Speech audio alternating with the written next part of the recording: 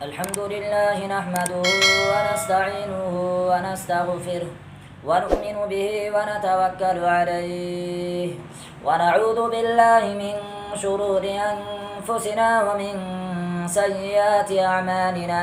من يهده الله فلا مضل له ومن يضلله فلا هادي له. وأشهد أن لا إله إلا الله وحده لا شريك له. وأشهد أن محمدا عبده ورسوله.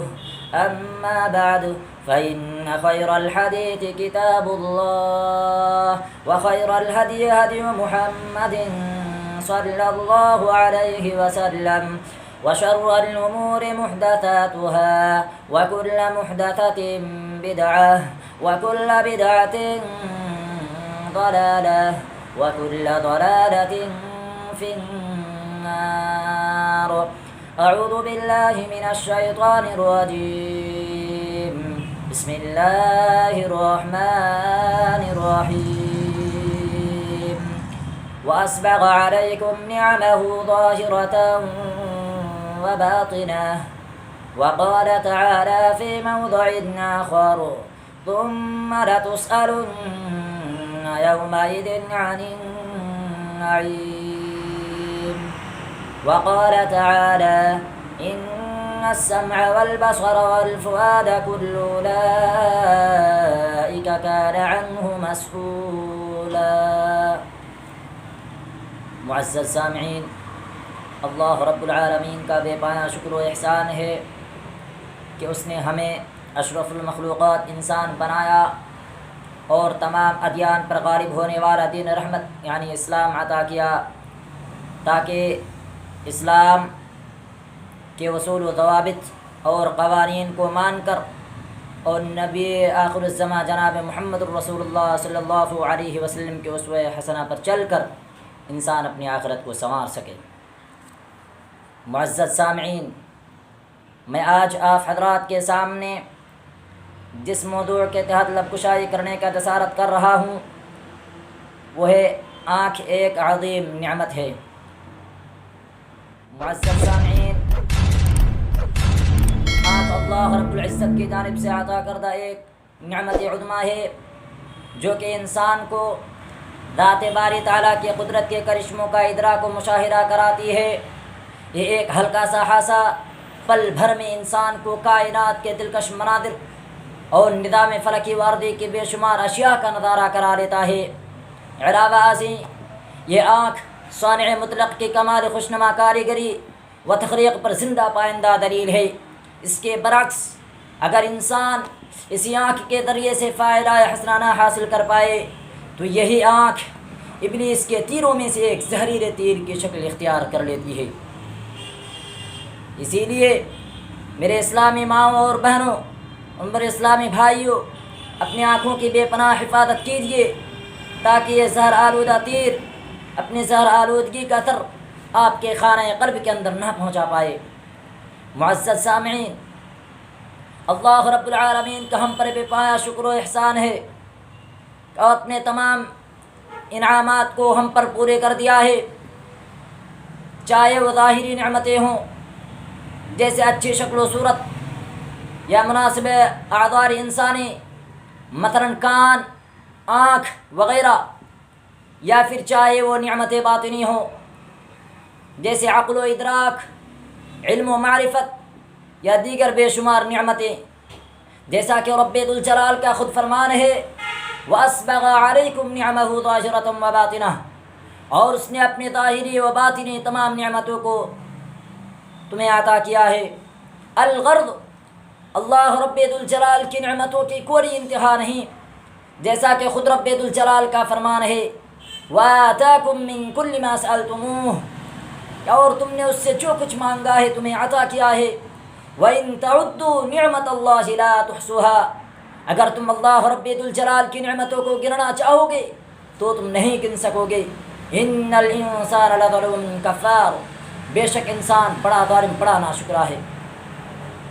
معزز سامعین، انہیں نعمتوں میں سے اللہ رب ذوالجلال کی طرف سے عطا کردہ ایک عظیم نعمت آنکھ ہے، جس کے ذریعے سے انسان دنیا کی رنگینیوں کو دیکھ کر لطف اندوز ہوتا ہے، اگر یہی آنکھ نہ ہو تو دن بھی رات محسوس ہوتا ہے، جیسا کہ خود رب ذوالجلال کا فرمان ہے وَلَوْ نَشَاءُ لَطَمَسْنَا عَلَىٰ أَعْيُنِهِمْ فَاسْتَبَقُوا الصِّرَاطَ فَأَنَّىٰ يُبْصِرُونَ، اگر ہم چاہتے تو ان کی آنکھیں بے نور کر دیتے، پھر وہ راستے کی طرف دوڑتے پھرتے، لیکن انہیں کیسے دکھائی دیتا؟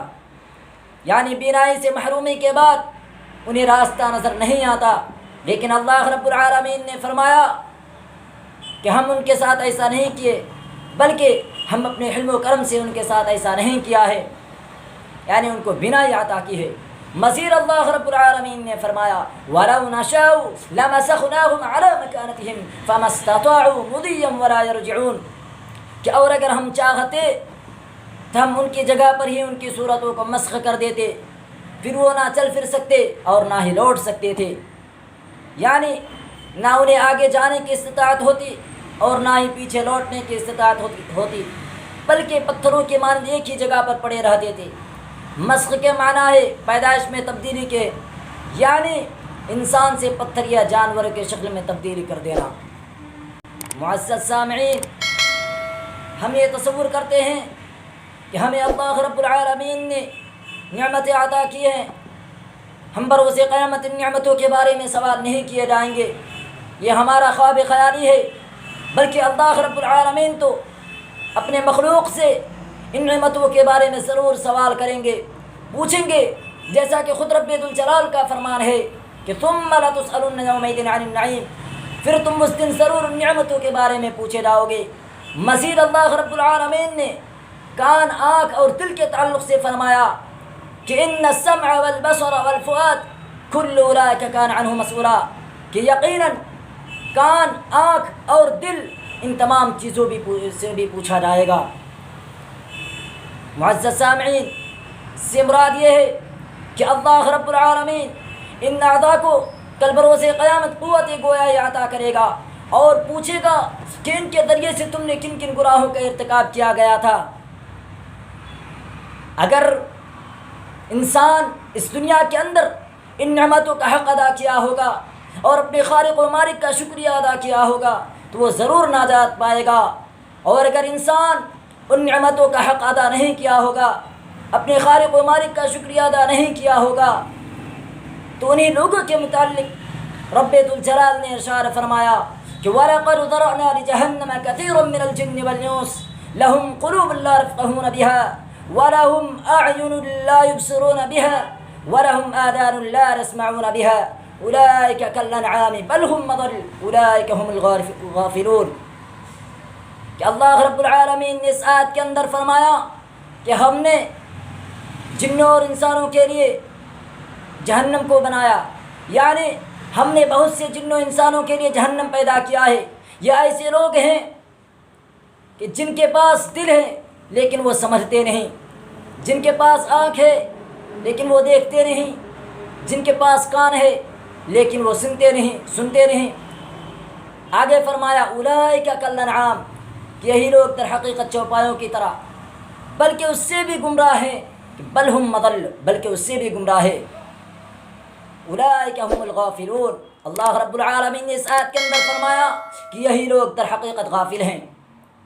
معزز سامعین، اللہ رب العالمین نے انسانوں کو دل، کان، آنکھ اسی لیے عطا کیا ہے کہ ان نعمتوں کا شکریہ ادا کرتے ہوئے اپنے خالق و مالک کو پہچانیں، اس کی آیات کا مشاہدہ کریں اور حق کی باتوں کو غور سے سنیں۔ لیکن جو شخص ان مشاہد سے یہ کام نہیں کرتا ہے، یہ وہ لوگ ہیں کہ حق کی باتوں کو غور سے نہیں سنتے ہیں اور ان کے جو حقوق ہیں حقوق کو ادا نہیں کرتے ہیں، بلکہ چوپائے تو اس سے بہتر ہے کہ چوپائے تو ضرور اپنے نفع و نقصان کی چیزوں کے بارے میں شعور رکھتے ہیں، یعنی اپنے نفع کی چیزوں سے نفع اٹھاتے ہیں اور نقصان کی چیزوں سے پرہیز کرتے ہیں اور بچتے ہیں۔ لیکن اللہ رب العالمین کی ہدایت سے اعراض کرنے والے شخص تو اس کے اندر تو تمیز کرنے کی صلاحیت ہی نہیں ہوتی ہے کہ اس کے لیے کون سی چیز مفید اور کون سی چیز مضر ہے۔ اسی لیے اللہ رب العالمین نے اسی آیت کے اندر اشارہ فرمایا کہ اولئک هم الغافلون، یہی لوگ در حقیقت غافل ہیں۔ معزز سامعین، اللہ رب العالمین نے ہمیں اپنی نعمتوں کو عطا کیا ہے، ہمیں چاہیے کہ ہم اللہ رب العالمین کی نعمتوں کو حق کی چیزوں میں استعمال کریں اور اس چیزوں میں استعمال کریں جو ہمارے لیے آخرت کے لیے ذخیرہ بنے۔ میں انہی باتوں کے ساتھ اپنی کلام کو اختتام کرتا ہوں۔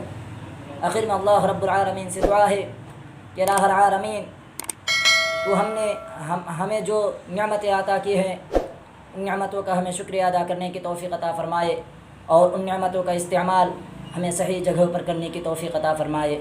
آمین۔ والسلام علیکم ورحمۃ اللہ وبرکاتہ۔